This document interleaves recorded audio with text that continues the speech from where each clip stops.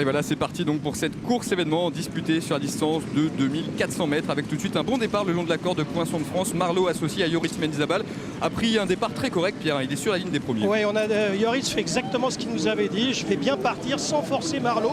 Or Marlot étant bien sorti de sa stalle de départ, et il se retrouve aux avant-postes sans avoir fait d'effort et en étant bien détendu, donc c'est bon signe. En deuxième position, un récent gagnant de gros handicap, le numéro 2, 4 tours, monté par Franck Blondel.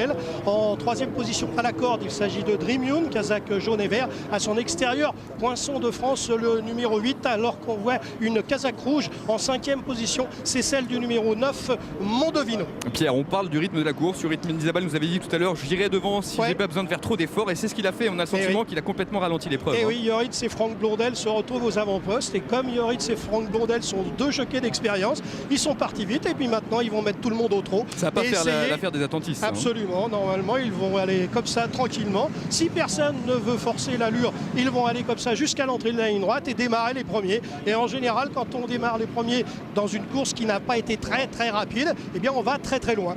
Allez, bientôt le tournant final. C'est toujours Joris Mendizabal qui a l'avantage en selle sur ce numéro 12. Marlot à son extérieur, c'est le numéro 2, 4 tours, qui vient donc en deuxième position devant le numéro 4, Dream Yoon, qui est idéalement placé. Il est troisième le long de la corde aux côtés de Poinçon de France, le numéro 8, alors que le numéro 9, Mondovino, patiente pour l'instant en cinquième position aux côtés du numéro 3, Shuriana. Oui, le cheval de Thierry Doumen tout en bleu et lui en septième position. Il se rapproche. À l'extérieur, il se rapproche gentiment, mais c'est vrai qu'on va pas très vite. Donc il est normal que beaucoup de chevaux aillent librement. On a à l'arrière-garde un cheval comme Storming Spirit ou Mr Moonlight qui vont devoir sprinter dans la ligne droite parce que sans nul doute, Joris Mendizabal et Franck Blondel vont sans doute démarrer à un moment ou à un autre. Allez, justement, les chevaux Pierre pénètrent dans la dernière ligne droite et c'est toujours Marlot qui a pour l'instant l'avantage avec à son extérieur le numéro 2, 4 tours qui commence à lui mettre la pression et surtout Poinçon de France, le numéro 8 qui prend maintenant le meilleur alors que le numéro 4, Dream Yoon, commence à être décalé par son partenaire tout en bleu et pour l'instant en 4-5e position. Ça a l'air d'être très difficile, Pierre, pour le favori Marlot. Ouais, Marlot est en difficulté alors que 4 tours à l'avantage à la lutte avec Poinçon de France. Nous avons Shuriana qui se rapproche vite, nous avons Serious Impact complètement à l'extérieur, nous avons Dream Yoon également. On va avoir une arrivée extrêmement disputée puisque Dream Yoon, le numéro 4, est peut-être en train de prendre l'ascendant sur ses adversaires, mais alors derrière ça va être très pointu. Serious Impact, le numéro 6 parle toujours. Il y avait également Mondovino, il y avait également Shuriana. Quelle arrivée, Pierre. 7 ou 8 à être passé, magnifique. avoir passé le poteau sur la même ligne, sauf le numéro 4, Dream Yoon, qui s'est imposé sûrement la deuxième place, il me semble, pour le 10, Serious Impact. La troisième place pour le 6 parle toujours. La quatrième place, peut-être Shuriana. à la corde, il y a Shuriana. À côté, il y a Mondovino. Et à côté, il y a Mr Moonlight. Le grand malheureux. Et tous ces chevaux ont terminé dans la même foulée. C'est véritablement trop compliqué pour que je vous donne un ordre de préférence. Et vous verrez les grands malheurs de Mr Moonlight, le numéro 5, qui est à la photographie. Le cheval n'a jamais eu le passage dans la ligne droite. En revanche, quel succès de ce Dream Yoon qui a vraiment bénéficié, Pierre, d'une course sur mesure. Thierry Thuillier a pu le placer dans le dos des animateurs. Et absolument. Marlot et 4 tours ont fait le boulot. Je vous invite à regarder les malheurs de la Kazakh jaune à l'arrière, Pierre. C'est Mr Moonlight parce que c'est vraiment flagrant. Mr Moonlight, il est là. Kazakh jaune, toque rouge. Le gagnant, il est là. Kazakh jaune et vert, il est en train de déboîter. À l'entrée de la ligne droite, on a Poinçon de France. On a 4 tours. On a Marlot qui cède. Dream Yoon qui passe à l'offensive. Mr Moonlight, Kazakh jaune, toque rouge, qui là est en train de produire son effort, qu'il ne peut pas complètement s'exprimer. Et là, c'est à ce moment-là que Dream Yoon est en train de faire la différence. Mr Moonlight, il est obligé, il est obligé d'essayer de progresser entre des chevaux qui l'ont un peu pris en sandwich, qui fait que comme il était lancé, ça a été très compliqué de repartir dans les 50 derniers mètres. Et on retrouve tout de suite Lise avec un entraîneur heureux. Et oui, John Vandenhoff, félicitations. Il avait signé 4 places en 6 tentatives dans les courses événements. Il était irréprochable cet hiver. C'est une belle concrétisation aujourd'hui. Oui, tout à fait. C'était pratiquement le cheval le plus régulier du lot. Donc, comme j'avais dit dans la presse, tous les feux étaient ouverts et sa place était à l'arrivée. Il a été vraiment grandiose, malgré le fait que la course soit très disputée dans les derniers mètres. Il s'est montré très accrocheur. Oui, tout à fait. Bon, maintenant, on a quand même une très belle course. Hein. On est caché, pas trop loin, deuxième, troisième. Il a pu le dégager au moment qu'il a voulu. Donc, on a vraiment eu une course sur mesure, quoi. Il a vraiment monté aux petits oignons, quoi. Le fait que la piste soit un peu spongieuse ne vous inquiétez pas? Non, parce que c'est un petit plus résistant. Donc, on sait que le cheval a du fond.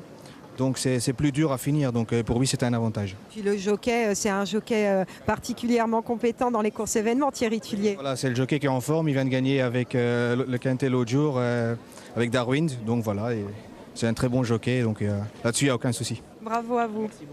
Pierre et Vincent, on va revenir sur les temps forts de l'épreuve et notamment sur les performances du 12 Marlot et du 16 Tout en Bleu. Voilà, deux chevaux qui nous ont déçus, surtout Marlot, puisque c'était l'un des plus joués. Marlot qui a pourtant été placé aux avant-postes très vite en début de course sans faire trop d'efforts, mais il a été incapable de réaccélérer.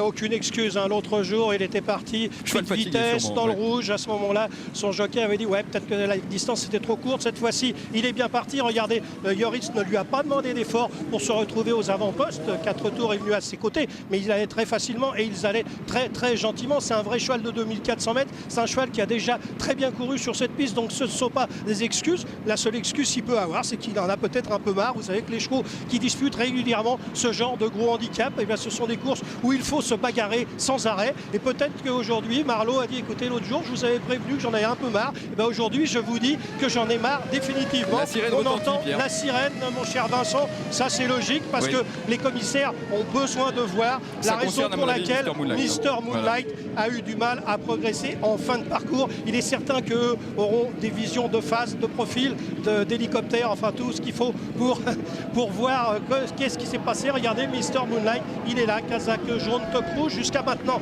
ça s'est bien passé. Là, il va se retrouver entre Poisson de France, Dream Yoon et Shuriana qui penche un peu sur lui. Et vous voyez, là, il est pris en sandwich entre Shuriana et Dream Yoon. Alors, est-ce que ce sont ses adversaires qui ont bougé? Est-ce qu'il n'avait pas trop de place quand il a voulu venir? Regardez, Pierre, ça, c'est le travail des commissaires qui vont regarder ça très très tranquillement parce que vous savez que c'est toujours compliqué de juger une arrivée aussi disputée. Il est là, Mr Moonlight, le gagnant Dream Yoon est juste devant lui, Shuriana est derrière, c'est une casaque grenat, Poisson de France est en bleu et regardez, là Mr Moonlight est pris en sandwich entre Dream Yoon et Shuriana. Alors que vont décider les commissaires? Point d'interrogation et je leur souhaite du plaisir. Arrivée toute provisoire, donc vous l'aurez bien compris. Demain, grand rendez-vous de sport à suivre en direct sur France 3 à partir de 15h. Nous allons voir de véritables champions en piste puisque nous vous proposerons de suivre en direct le marathon de Vincennes. C'est le prix de Paris qui a attiré de grands champions. L'hippodrome de Paris-Vincennes sera en fête avec la journée thématique Tous en selle où de multiples animations et activités gratuites vous seront proposées. Au programme, promenade en calèche, baptême, visite des écuries, spectacles ou encore soins des animaux. Bref, une très belle journée agréable et amusante à passer en famille. Voilà, avec une grande star aussi, Anaïs, ce sera bien sûr le Scandinave Maharaja qui a été deuxième du prix de France, deuxième du prix d'Amérique. Il va donc tenter de remporter enfin son groupe 1, ce qui serait bien mérité. Un grand merci à toutes les équipes qui entouraient aujourd'hui David Baradel et Guillaume Coves. Et donc rendez-vous demain à 15h.